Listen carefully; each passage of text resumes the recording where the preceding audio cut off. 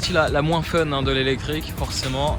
Le revers de la médaille, c'est le chargement. Et on est stationné sur une aire d'autoroute où cette aire possède justement des stations Unity, donc un peu comme les superchargeurs, où on peut recharger finalement sa Taycan en un peu moins de 22 minutes. Donc en moins de 22 minutes, on a à peu près 80% de la batterie pleine. Donc ça, c'est plutôt intéressant pour les longs trajets. Est-ce que pour vous, Porsche a radicalement tué le game avec Tesla? Est-ce que la comparaison est encore valable? Alors effectivement, hein, le prix, c'est pas du tout le même. Mais là, on peut dire que franchement, bravo Porsche, vous avez fait du beau travail sur l'électrique. 1 milliard de R&D sur ce modèle et plus de 6 milliards dépensés déjà sur l'électromobilité. Donc c'est vraiment énormément de dépenses. C'est un vrai travail de recherche sur la performance, les batteries, le temps de recharge, l'autonomie. Bref, vous avez 3 modèles sur la gamme. La 4S pour ceux qui veulent plus d'autonomie, la Turbo pour ceux qui aiment bien le sport, même s'il n'y a pas de turbo, et vous avez la Turbo S, hein, la plus puissante des Porsche Taycan.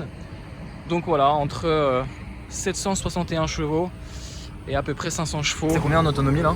Il me restait 150 bornes, je crois. D'accord. Ah, ça y est, regarde. Ah bah voilà, on est à 38%. 38%. Donc nous, on a été beaucoup plus sages que les autres. Oui. Finalement, on a eu un bon petit score avec ces Taycan, puisqu'on arrive pratiquement les premiers en termes d'efficience. On est arrivé avec une batterie pleine à 38%. Contrairement à d'autres qui étaient à 17%, ici on est à 33% de charge, mais ça fait quelques minutes qu'il charge. Là on arrive à 88% en pratiquement 26 minutes, 27 minutes de charge. Donc ça c'est plutôt intéressant. Et donc il faut savoir qu'après sur la fin, à partir de 80%, on va avoir plus du mal à recharger jusqu'à 100%. Donc, alors ici on a 99%, ça fait 44 minutes que vous êtes là.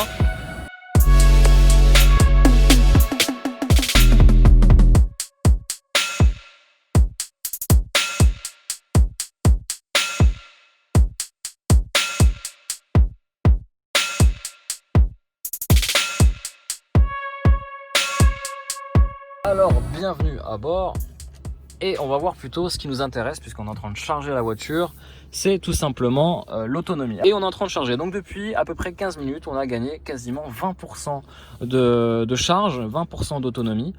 Alors l'avantage c'est que c'est du 800 volts et l'avantage du 800 volts c'est que vous rechargez très rapidement.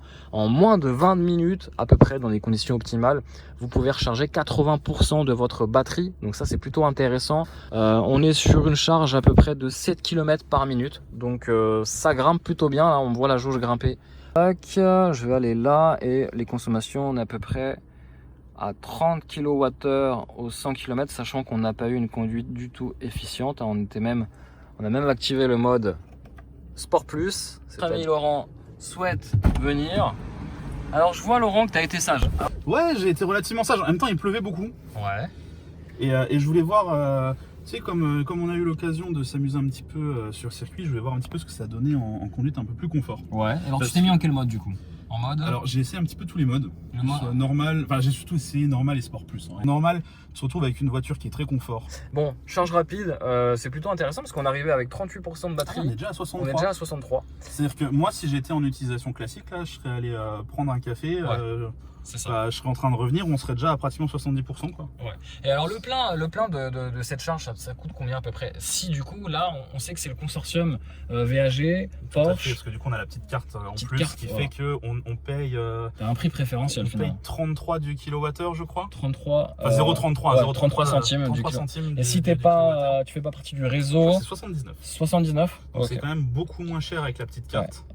Donc là, actuellement, si on reste encore quelques minutes, donc une dizaine de minutes, ça va nous coûter entre 20 et 30 euros. Je pense que ça va nous coûter moins parce qu'on est arrivé, on avait déjà 35%. Et si on la laisse aller jusqu'à 80%, je sais pas. Je pense qu'on va avoir le prix à la fin. Mais alors ce qui est intéressant, c'est que tu payes à la consommation. Tu payes pas à la charge en fait. Oui, non, tout à fait. On n'a pas l'impression forcément d'être dans une électrique, bon, à part finalement ce schéma.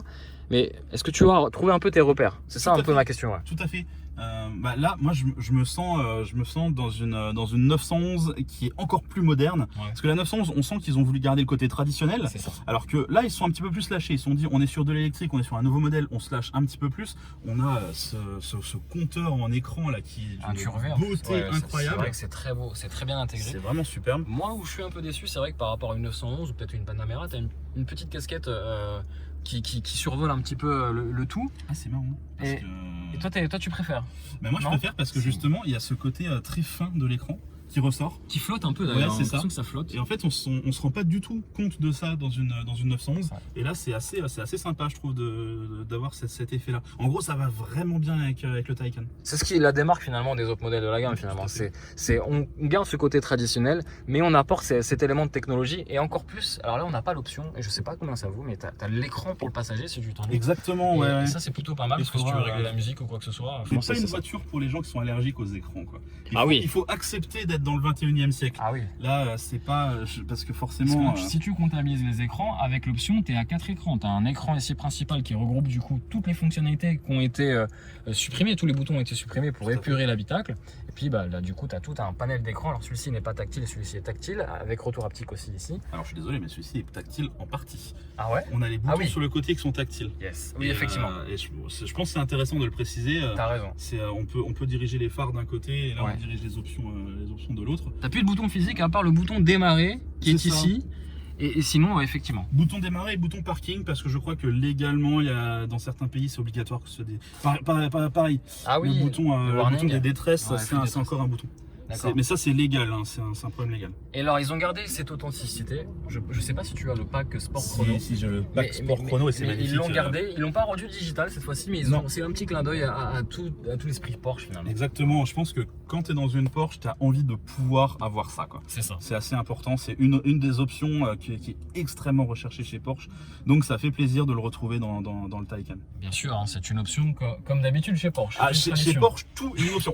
Alors, on se pose la question finalement. Aujourd'hui, la technologie du Taycan, c'est basé sur des batteries qui acceptent un voltage à 800 volts, 2 fois plus supérieur à Tesla. C'est vrai que là, ça demande des notions un peu d'ingénieur en électricité, de voltage, d'ampérage, mais ils ont fait un réel travail sur le voltage. Donc, ça permet en fait finalement d'avoir des recharges ultra rapides sur ce genre de technologie. Ça permet aussi de refroidir plus facilement les batteries, donc d'où une utilisation sur circuit qui est possible, contrairement à une Tesla Model S ou une Tesla Model S sur 2-3 runs. Finalement, en 2-3 0 à 100, vous allez vite surchauffer les batteries et perdre en puissance. Ici, c'est pas du tout le cas, puisqu'avec cette Porsche Taycan, avec justement ces technologies 800 volts de batterie, vous pouvez facilement faire du circuit et faire maintes et maintes fois du drag race, le test du 0 à 100, 200 sans problème, puisque les batteries ne surchauffent pas ou surchauffent beaucoup moins que des technologies de batterie à 400 volts. Alors j'espère que c'est clair pour vous, parce que c'est vrai que là c'est vraiment une voiture d'ingénieur. D'ailleurs la conférence de presse a duré quasiment plus de 2 heures, parce qu'il y a plein de technologies à expliquer, c'est dans l'air du temps, mais il faut vraiment prendre le temps de les comprendre parce que c'est très important pour expliquer la voiture et comprendre un petit peu qu'est-ce qu'on a sous le volant. C'est pas tout simplement amusant et de se dire waouh, c'est vachement fun, c'est vachement plus sympa qu'une Model S, forcément. C'est même plus comparable à une Tesla Model S puisque la technologie elle est beaucoup plus avancée. L'autonomie au fur et à mesure des années va grandir puisque la technologie est là. Les bandes de recharge rapide sont là puisque on peut atteindre en phase de crête 270 kW en phase de recharge rapide, donc ce qui permet de gagner énormément de temps. Par exemple sur une aire d'autoroute, vous êtes avec la famille, vous attendez même pas 20 minutes le temps de prendre un café et la voiture est déjà rechargée à plus de 80%, donc ça c'est super intéressant, ce qui permet de voyager plutôt sereinement puisque c'est un petit peu ça les craintes aujourd'hui des Français, c'est l'autonomie et surtout les bornes de recharge. Et là je peux vous garantir que j'avais eu une mauvaise expérience avec ces bornes de recharge Ionity. Aujourd'hui c'est complètement différent parce que la technologie permet d'avoir et d'accepter des puissances de recharge beaucoup plus élevées. Et puis autre fait, c'est que voilà, clairement dans le cahier des charges de Porsche, la Taycan devait remplir des contraintes sportives et techniques à la hauteur de l'image de Porsche, c'est-à-dire pouvoir faire du circuit, une image sportive, et donc ça c'est plutôt chose réussie. Et là en vous parlant, on atteint déjà les 90% de charge en 34 minutes. Ce qui est plutôt pas mal. Alors il faut savoir que cette technologie de 800 volts, si je vous en parle, c'est que demain, si les bornes rapides permettent de délivrer plus de puissance, ça peut atteindre 350 kW, contrairement à Tesla qui est basé sur du 400 volts plutôt, et donc qui peut atteindre des puissances moindres, puisque au maximum une Tesla Model S pourra recharger sur un superchargeur à peu près autour des 250. Là, en phase normale, déjà on est déjà à 270 kW en phase de crête et on pourra accepter 350 voire 400 kW dans l'avenir. Donc imaginez que cette Taycan, vous pourrez la recharger demain en 5 à 10 minutes jusqu'à 80% de la batterie. Donc ça, c'est plutôt intéressant et c'est plutôt des choses positives pour l'avenir. C'est que la technologie ne cesse de grandir. Vous connaissez, je ne suis pas un grand fan de l'électrique, mais je dois vous dire qu'aujourd'hui, Porsche m'a un petit peu bluffé sur les performances, les modèles qui nous présentent. 3 modèles qui sont présents, donc ça c'est plutôt intéressant. Et puis pour ceux qui veulent plus de thermique, vous avez encore au catalogue les Porsche 911 qui sont absolument des autos incroyables. Pour optimiser, on va dire, l'aérodynamique, les poignées s'intègrent directement, se referment directement dans la carrosserie.